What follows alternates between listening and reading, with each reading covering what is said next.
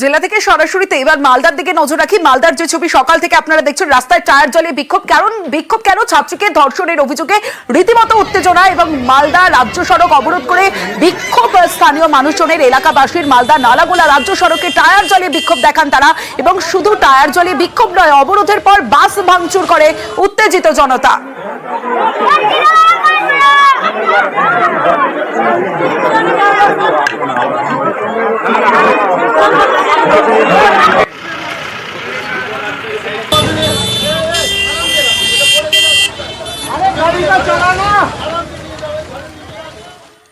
ছাত্রীকে ধর্ষণের অভিযোগে উত্তেজনা, রাস্তায় টায়ার জ্বালিয়ে অবরোধ, বিক্ষোভ, তারপর বাস ভাঙচুর। সরাসরি চলে যাব, আমার সঙ্গে আমার প্রতিনিধি সেবক দেব শর্মা রয়েছে। সেবক, এই মুহূর্তে যে ছবি আমরা দেখতে পাচ্ছি, প্রচুর পুলিশ মোতায়েন রয়েছে, ঠিক কি পরিস্থিতি এই মুহূর্তে?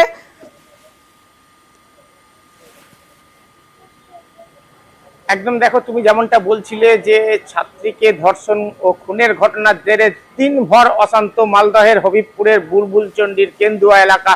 দেখো, এই আমার পেছনে রাজ্য সড়ক, আর এই রাজ্য সড়ক 7.5 ঘন্টা পর কিছুক্ষণ আগেই অবরোধ মুক্ত করলো পুলিশ।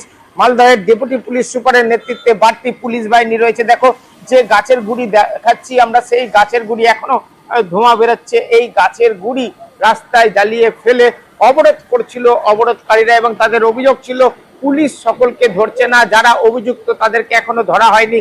প্রায় 7.5 ঘন্টা এই রাজ্য সড়ক ধরে যান চলাচল কিন্তু বন্ধ হয়েছিল। এরপর মালদা থেকে বাড়তি পুলিশ বাহিনী আসে ডিএসপির নেতৃত্বে। এরপর কিন্তু কিছুক্ষণ আগেই আমরা দেখলাম বাড়তি পুলিশ মোতায়েন করে এই রাস্তায় আবার যান চলাচল শুরু করা হয়েছে। বাড়তি পুলিশ মোতায়েন রয়েছে এই মুহূর্তে। সরাসরি আমরা কথা বলার চেষ্টা করব। মালদহের ডিএসপি রয়েছে। সাহেব, এখন কি রকম পরিস্থিতি? আপনাদের দেখছেন তো সামনে, আমরা একটু কাজ করছি, একটু কোঅপারেট করুন। ট্রাফিক ক্লিয়ার অনেকক্ষণ অবরোধ ছিল। দেখো, এখনো কিন্তু অবরোধ মুক্ত করা রাজ্য সড়ক, সেটাই পুলিশের কাছে কিন্তু মূল চ্যালেঞ্জ। কারণ এখনো ছড়িয়ে ছিটিয়ে রয়েছে প্রচুর অবরোধকারী, যারা আপাতত পুলিশি অভিযানে কিছুটা ছত্রভঙ্গ হয়েছে ঠিকই, কিন্তু এখনো পর্যন্ত কিন্তু যে বিপুল পুলিশি আয়োজন তোমাকে দেখাবো, কারণ অবরোধকারীদের মধ্যে অনেকেই কিন্তু ছিলেন মহিলা, আর প্রচুর বাড়তি পুলিশ নিয়ে আসা হয়, বাড়তি মহিলা পুলিশ মোতায়েন করা হয়। এই মুহূর্তে যে ছবি দেখছো, মালদা নালাগোলা রাজ্য সড়ক, এই রাজ্য সড়কে প্রচুর পুলিশ মোতায়েন রয়েছে। নতুন করে যেন কোনো সমস্যার সৃষ্টি না হয়, তাই প্রচুর পুলিশ মোতায়েন রয়েছে। তোমার মাধ্যমে সেই ছবি আমরা দেখালাম আমাদের দর্শকদের। সেবক,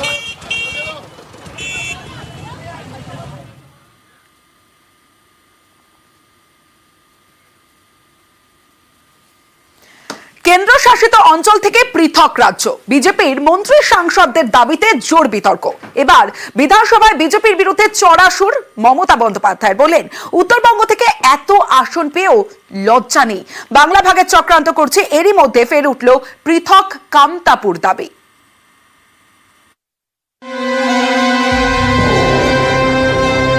সুকান্ত মজুমদারের উত্তর পূর্ব প্রস্তাব, তারপর থেকে কেন্দ্রশাসিত অঞ্চল ও পৃথক রাজ্যের দাবিতে সরব বিজেপির একাধিক নেতা। এ নিয়ে গত কয়েকদিন ধরে রাজনীতি গরম। এরই মধ্যে ফের উঠেছে পৃথক কামতাপুর দাবিও। চলতি বিতর্কের আজ এদিন এসে পড়ে বিধানসভায়। সেখানে সুর চড়ালেন মুখ্যমন্ত্রী মমতা বন্দ্যোপাধ্যায়। সোমবার মমতা বন্দ্যোপাধ্যায় বলেন, উত্তরবঙ্গ নিয়ে আবেগ থাকা উচিত। ভোট এলেই ওদের মুখে বিভাজনের কথা শোনা যায়, ভোট চলে গেলেও ভাগাভাগির কথা থেকে যায়। সরকারের কাজ ভুলে অকাজ বিজেপির। এক একজন এক এক রকম ভাগাভাগির প্রস্তাব দিচ্ছেন। কেউ বলছেন নর্থ ইস্ট কাউন্সিলে ঢুকিয়ে দাও, কেউ বলছেন কোচবিহারকে আলাদা রাজ্য করে দাও, কেউ বলছেন মালদা মুর্শিদাবাদ নিয়ে কেন্দ্রশাসিত অঞ্চল করো। উত্তরবঙ্গ থেকে এত আসন পেয়েও বাবুদের লজ্জা নেই, বাংলা ভাগের চক্রান্ত করছে। এত সস্তা উত্তরবঙ্গকে ভাগ করে দেবে? আসুন না একবার ভাগ করতে। বঙ্গভঙ্গের হয়ে যারা সওয়াল করছেন, তাদের ক্ষমতা থাকলে বিধানসভায় আসুন, ভোটাভুটি হোক। গণতন্ত্রের শেষ আদালত হলো জনগণ।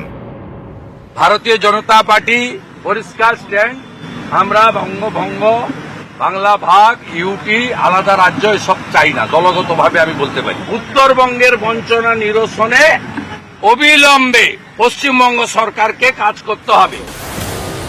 উত্তরবঙ্গকে উত্তর পূর্বের সঙ্গে মেশানোর জন্য কদিন আগেই প্রধানমন্ত্রীকে প্রস্তাব দেন উত্তর পূর্ব বিষয়ক মন্ত্রী সুকান্ত মজুমদার। সুযোগ পেয়ে গ্রেটার কোচবিহারের দাবিতে সরব হন বিজেপির রাজ্যসভার সাংসদ অনন্ত মহারাজ। গ্রেটার কুচবিহার মানুষের ডিমান্ড 2015 সনে যে কমিটমেন্ট আছে ভারত সরকার গৃহ মন্ত্রণালয়ের, হাই প্রোফাইল মিটিংয়ে যেটা কমিটমেন্ট হয়েছে এবার অতি শীঘ্র করতে হবে গভর্নমেন্ট। এরপর মুর্শিদাবাদ, মালদা এবং বিহারের 3 জেলা নিয়ে কেন্দ্রশাসিত অঞ্চল করার দাবিতে সংসদে সরব হন ঝাড়খণ্ডের বিজেপি সাংসদ নিশিকান্ত দুবে। তারপরেই প্রকাশ্যে আসেন মুর্শিদাবাদের বিজেপি বিধায়ক গৌরীশঙ্কর ঘোষ।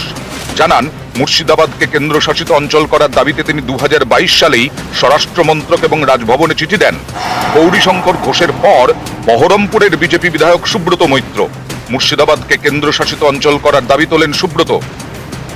এই সুযোগে ফের পৃথক কামতাপুর দাবি। নিষিদ্ধ জঙ্গি সংগঠন কেএলওর মতোই পৃথক কামতাপুরের দাবি তুলল কামতাপুর স্টেট ডিমান্ড কাউন্সিল। এ নিয়ে জলপাইগুড়ির ময়নাগুড়িতে আলোচনায় বসে কাউন্সিল সদস্য 28টি সংগঠন। কামতাপুর স্টেট ডিমান্ড কমিটি বদলে তৈরি হয় স্টেট ডিমান্ড কাউন্সিল। জীবন সিংহের সঙ্গে গভর্নমেন্টের আলোচনা একদম ফাইনাল পর্যায়ে, এখন শুধু এগ্রিমেন্ট বাকি। প্রধানমন্ত্রী যখন তখন এই এগ্রিমেন্ট করতে পারে। আমরা আশা করি আগামী 15ই আগস্ট আমরা আশা করছি এটা যাতে কার্যকরী হয়। কেএলওর দাবি পৃথক কোচ কামতাপুর রাজ্য। এর মধ্যে রয়েছে উত্তরবঙ্গের 6 এবং অসমের 4 জেলা। অতীতে বারবার গোপন ডেরা থেকে ভিডিও বার্তায় পৃথক রাজ্যের দাবিতে সরব হতে দেখা গেছে কেএলও প্রধান জীবন সিংহকে। উন্নয়ন থাকি পৃথক রাজ্য শতগুণে ভাল। কোচ কামতাপুরের উন্নয়ন কোচ কামতাপুরের জনগণ করিবে। এবার বিজেপির মন্ত্রী সাংসদদের কেন্দ্রশাসিত অঞ্চল ও পৃথক রাজ্যের দাবির মধ্যেই ফের পৃথক কামতাপুর দাবি। এ নিয়েই নতুন করে বিতর্ক। নিউজ 18 বাংলা। বাংলা ভাগ্নে চড়াশুর মমতা বন্দ্যোপাধ্যায়ের। শুধু তাই নয়, তিস্তা জলবন্টন নিয়ে বিধানসভায় সরব মমতা বন্দ্যোপাধ্যায়। একতরফা তিস্তা জলবন্টন চুক্তি নিয়ে বিজেপিকে তোপ। সিকিমে বাঁধের কারণে তিস্তায় জল নেই, তিস্তার জল দিলে বাংলায় খাবার জলের সংকট হবে। উত্তরবঙ্গের স্বার্থে তিস্তার জল দেওয়া অসম্ভব, সাফ জানালেন মমতা বন্দ্যোপাধ্যায়। 14টি হাইডেল পাওয়ার প্রজেক্ট নিয়ে প্রতিবাদ হয়নি কেন প্রশ্ন করেন মমতা বন্দ্যোপাধ্যায়।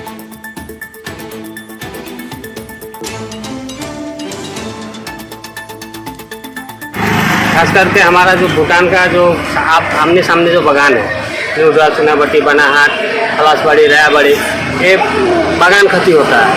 इसके बाद हमारा इलाका में पानी जम जाता है, ललितपुर जिला, जलपाईगुड़ी जिला में। কোনো কোনো ক্ষেত্রে মানুষের বুক জল, কোমর জল হয়ে যায়, ঘরের মধ্যে ঢুকে যায়, অস্বাস্থ্যকর একটা পরিবেশ তৈরি হয় এবং বহু মানুষ পরবর্তীকালে রোগাক্রান্ত হয়। অনেক সময় রাত জেগে থাকতে লাগে। নিম্ন আয়ের ব্যবসায়ী রয়েছে, তাদের ঘরে যখন জল ঢোকে তখন তাদের বিভিন্ন পণ্য বস্তু তারা সেগুলো ক্ষতিগ্রস্ত হয়, বিক্রয়যোগ্য থাকে না। তারা একটা বিভিন্ন আর্থিকভাবেও তার অনেকটা ব্যর্থ হয়েছে। বিধানসভায় প্রতিনিধিদের দিল্লি গিয়ে দরবারের পরামর্শ দিয়েছেন মমতা বন্দ্যোপাধ্যায়। কেন্দ্রীয় সেচমন্ত্রীর সঙ্গে সাক্ষাতের পরামর্শ মুখ্যমন্ত্রী মমতা বন্দ্যোপাধ্যায়ের। ভুটানের নদীর জলে বিপর্যস্ত ডুয়ার্স, জলপাইগুড়ি আলিপুরদুয়ারে চরম ভোগান্তে। ভুটানে জল ঢাকার স্বীকৃতি ডাইনা রেতি। ইন্দো ভুটান রিভার কমিশন তৈরির দাবি।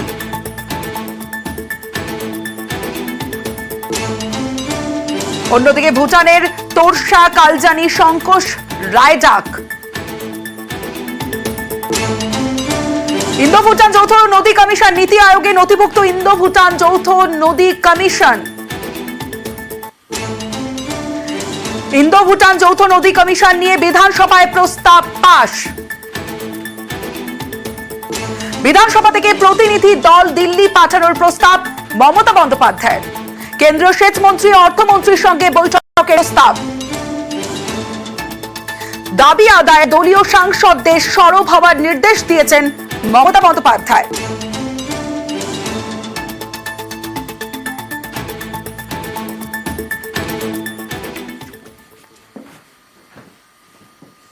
এবার মুর্শিদাবাদের শামশেরগঞ্জের ছবিটা দেখাবো আপনাদের।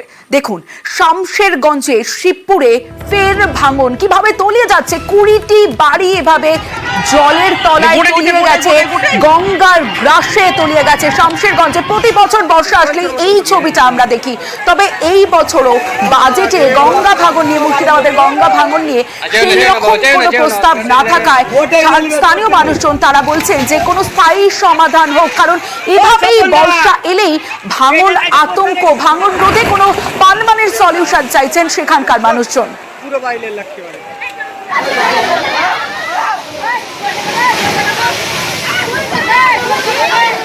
প্রায় 10টা নাগাদ আমাদের নতুন শিবপুর ভাঙা লাইনে ফের আবার নতুন করে ভাঙন শুরু হয়েছে। সেই ভাঙনে প্রায় 20টি বাড়ি তলিয়ে গেছে। এখনও অনেক বাড়ি সবাই আতঙ্কে রয়েছে। এখনও কারো বাসস্থানের ব্যবস্থা হয়নি।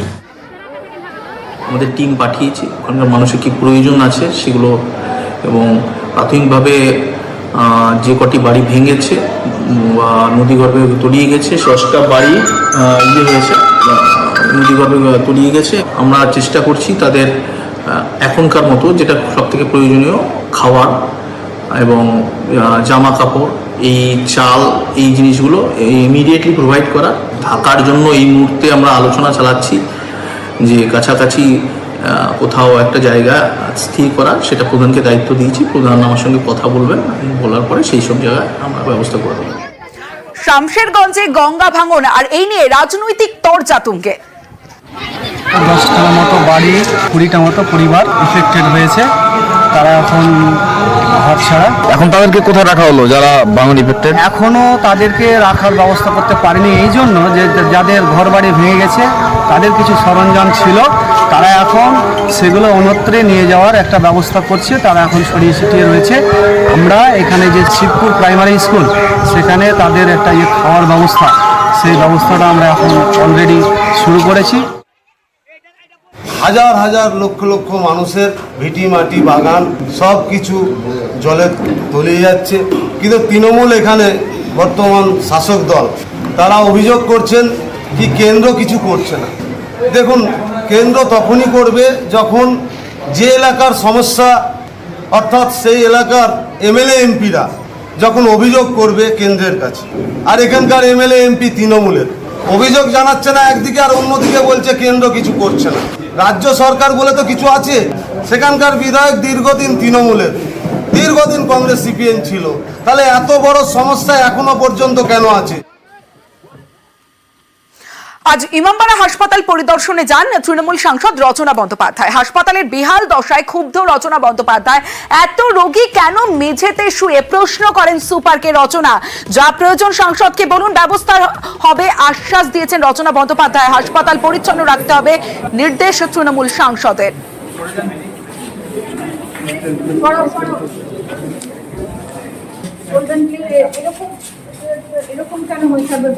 প্রচুর মানুষরা কাজ করছেন এখানে, কিন্তু যেটা মেইন জিনিস যেটা আমার মনে হয় সেটা হচ্ছে পরিচ্ছন্নতা। চেষ্টা করছি, আমরা সবাই মিলে দেখা করছি, দেখছি, কথা বলছি, এবং এই পরিকাঠামোটাকে আরো সুন্দর করে তোলার জন্য যা যা করা দরকার সেটা নিয়ে আমাদের আলোচনা করতে হবে। সব থেকে বড় কথা হচ্ছে পরিষ্কার পরিচ্ছন্নতাটা। যেখানে ইচ্ছে পানির পিক ফেলে দিয়েছে, যেখানে ইচ্ছে কলার খোসা ফেলে রেখেছে, যেখানে ইচ্ছে প্যাকেট ফেলে রেখেছে। এটা নিজেদেরও অনেকটা সজাগ হতে হয়, মানুষকে অনেক সজাগ বেশি হতে হবে। যেখানে সেখানে আমরা নোংরা করবো না। এটা একটা হসপিটাল, এটাকে হসপিটালের মতন করে ট্রিট করা উচিত।